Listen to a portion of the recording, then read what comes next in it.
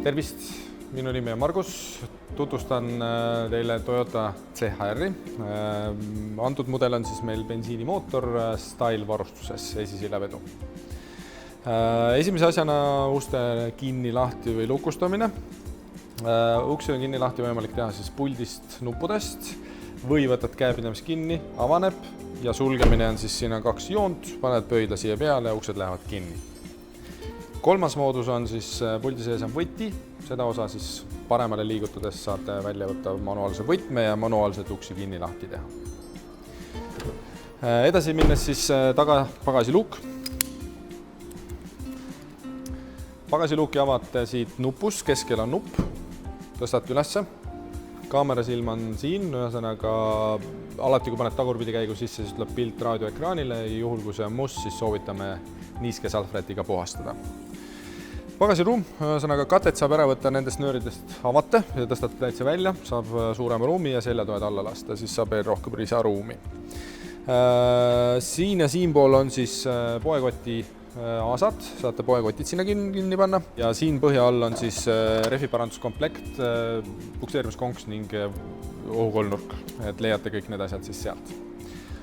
Pagasiluugi sulgemiseks on aas või hoob siin olemas, tõmbad lõpuni alla ja on suletud. Tankimisava Toyotade puhul alati on siis vasakul pool juhi pool. Tankimisava saate avada sellele nupule siia vajutades. Avaneb luuk. Luugi avanedes võtate korgi eest ära. Tankimise ajaks soovitame hoiustada siia. Tangite ära, keerate kinni senikaua, kui jääb siuke väike nõks ja ongi valmis. Tankimiseks siis bensiinimootoril E5, E10 biolisidega bensiinid, bensiin 95-98, ei tohi siis tankida diiselkütust ja lükata kinni. Kapott on siit jalgade juurest, tõmbad hooba enda poole. Kapoti avamiseks on hea moodus meelde jätta, et Toyota märgist paremalt poolt paned käe siia alla, lükad hooba vasakule ja saad avada kapoti ja fikseerid selle tikuga ära. Loodetavasti ainuke koht, miks te siin käima hakkate, on klaasipõsvedelik, kork on siin, pilt on peal, ühesõnaga sinine kork. Ja ülejäänud asjad on siis meil hoolduses kontrollitavad, et ise otseselt midagi kontrollima ei pea. Ja kõik ilusti tagasi. Ja lasete kukkuda kapotil nii kõrgelt. Siit edasi minnes siis on esituled. Päevasõiduli on meil LED-tuli, lähikaugtuli LED-tuli. Udutuled on meil siis antud autol veel tavalised õhkpirnid. Tuled pesurite koha pealt nii palju, et nemad töötavad ainult siis, kui lähituli on süttinud ja kui lähituli on süttinud, pritsid esiklaasile, siis tuleb automaatselt ka tuledele ja iga 5 kord uuesti. Toyota märk siin ees on sile, siin taga on 2 radarit, ülejäänud 3 radarit on esiklaasil, seal on siis raja jälgimine, kaugtulede vahetus ja märkide tuvastus. Siit edasi võiks minna juba nüüd salongi. Autosse istudes istme reguleerimine on siit alt edasi-tagasi. Siit kangist saate reguleerida üles alla ja seljatugi on viimane kang. Ja siin ees on veel nimetoe padja nupp, ühesõnaga hoiate ettepoole peale, siis alaseljas padi täitub, hoiate teisele poole, siis alaseljas padi tühjeneb. Rooli reguleerimine on siit alt, lükkad kangi alla, saad üles alla sisse välja liigutada, kui oled sobiva asendi leidnud, siis paned kinni. Ukse pealt edasi liikudes siin on elektrised aknad, 4 tükki valik, uksed kinni lahti, akende blokeeringu nupp ja küljepeeglite siis kas on kogu aeg avatud, automaatika, see tähendab seda, et siis uste lukustades puldist lähevad küljepeeglid kokku, uste avades lähevad lahku ja on võimalus ka ise kokku pakkida siit nupust. Peeglid ise reguleerida saab siis sellest hoovast, valid kas parem või vasak ja selle sama hoova alt saad reguleerida üles-alla parem-vasak. Tulesid reguleeritakse kindlasti allapoole, kui midagi rasket on taha pandud, siit siis reguleerid 1, 2, 3, kuidas siis ühesõnaga soovi on, et ei pimestaks vastutulijaid. Seda nuppu sisse lülitades saad rakendada tööle kaugtulede automaatse vahetuse. Selleks võiks olla tulede kang kindlasti valitud autofunktsioon, et päeval sõidab päevasõidutulega, pimedaks läheb siis auto ise lähitule peale ja seda kangi autofunktsioonis ette lükates tekib siia auto kaugtulemärk, see tähendab seda, et radar hakkas tööle ja auto vahetab ise kaugtulesid peale maha. Siit siis alt tankimise avamise nupp, roolisoojendus. Tulede kangi puhul veel siit kangi pealt keerates on esimese tagumise tuled, nulli keerates maas ning suunatuli parem-vasak ja jätke meelde, et õrnalt vajutades teeb alati 3 korda suunatuli. Rooli pealt pluss-miinus raadio vaiksemaks kõvemaks, üles-alla kanalite valik ja siit vasakult poolt veel on valik telefoni vastuvõtuks, telefoni ärapanekuks. Hääl valimine töötab ainult inglise keeles, võib katsetada, kui on soovi. Paremalt poolt roolist on tripi valik. Ühesõnaga näeb ära siis trip A, trip B, auto ja palju on järgmise hoolduseni aega. Seda hoolduse aega näitab ainult siis 1.2 turbo bensiinimootorile, et hübriidautol seda ei näita. Valikud üles, alla, parem, vasak ja nii edasi on siis valikud seadetelt. Keskmine kulu ja palju võtav hetkel kulu on võimalik valida. Nullida saab siit keskmist nuppu peal hoides. Allapoole liikudes palju saab sõita antud kütusega, mis on paagis. Keskmine kiirus numbriliselt, siis ei pea jälgima seda tahomeetrit siin. G-monitor ja oleme alguses tagasi. Siit nüüd paremale liikudes on raadiofunktsioonid, üles-alla kanalite valik. Kanalit siis pigem soovitaksid roolilt vasakult valida.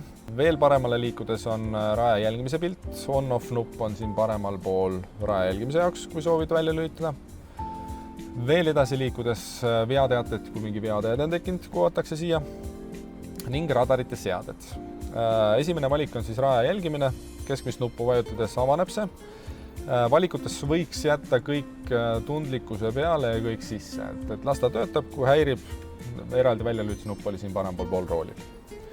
Kokkupõrke ennetus, alati hoidke sees palun, alati maksimaalse jälgimise peal, las ta toimetab, sest tema võib teie elu reaalselt päästa. Et viimasel hetkel siis kui auto tunnetab, et see pidurda ise, ees on oht, siis ta pidurdab teie eest ise. Et hoidke sees. Parkandurid sisse välja. Intelligentne parkandur on antud autol, siis seda saab samuti välja lülitada näiteks. Märkide kuvamine ja nende siis siia ekraanile tutvustamine, ühesõnaga alati ärge usaldage. Kindlasti te ei tunne ära märki, mis on linnamärk, märk, mis on oksa taga või lumine. Toyota CHR-i puhul on sõidurežiimide valik siis siit ekraanilt menüü alt. Drive mode, ainuke koht. Ja siin on valikus siis Eco, Normal ja Sport. Et mujal ei ole sõidurežiimi valikuid.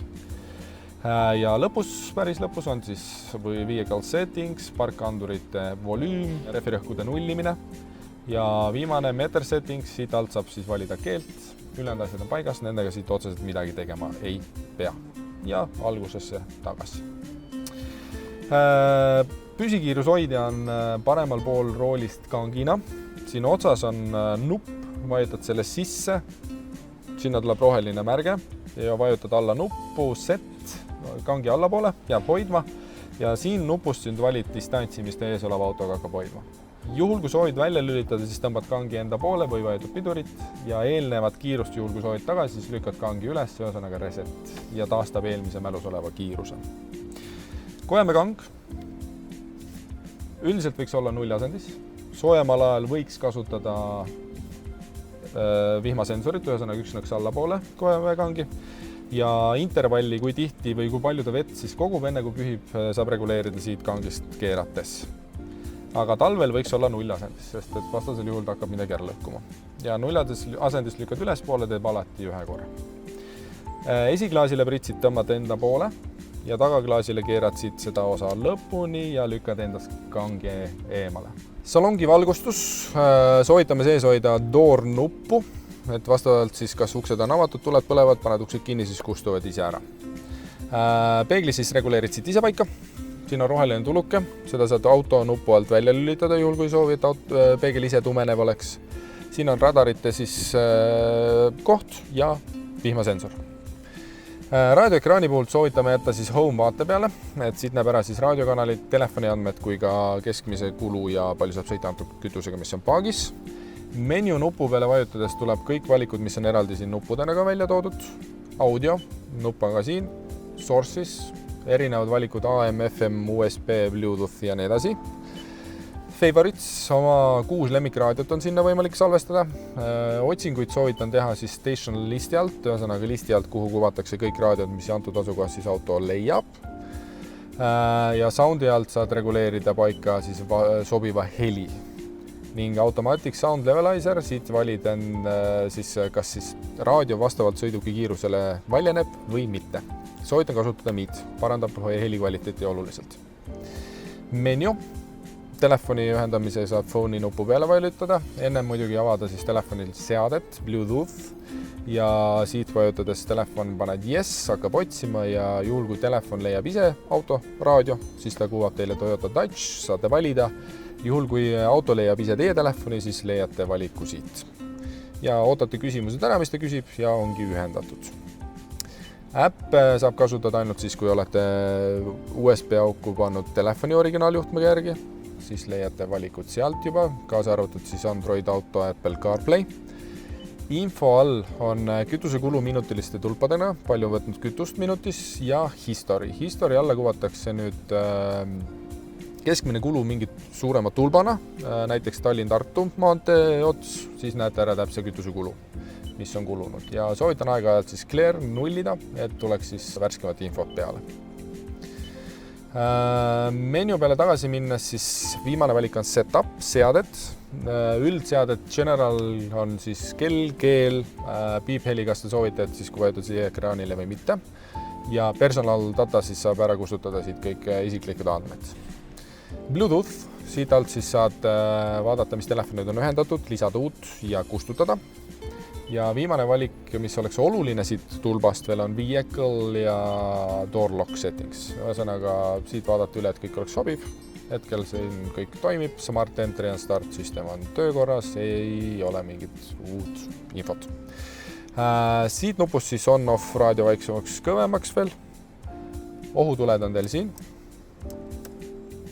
Temperatuuri valik. Siit nupust üles alla valikuna saad temperatuuri valida.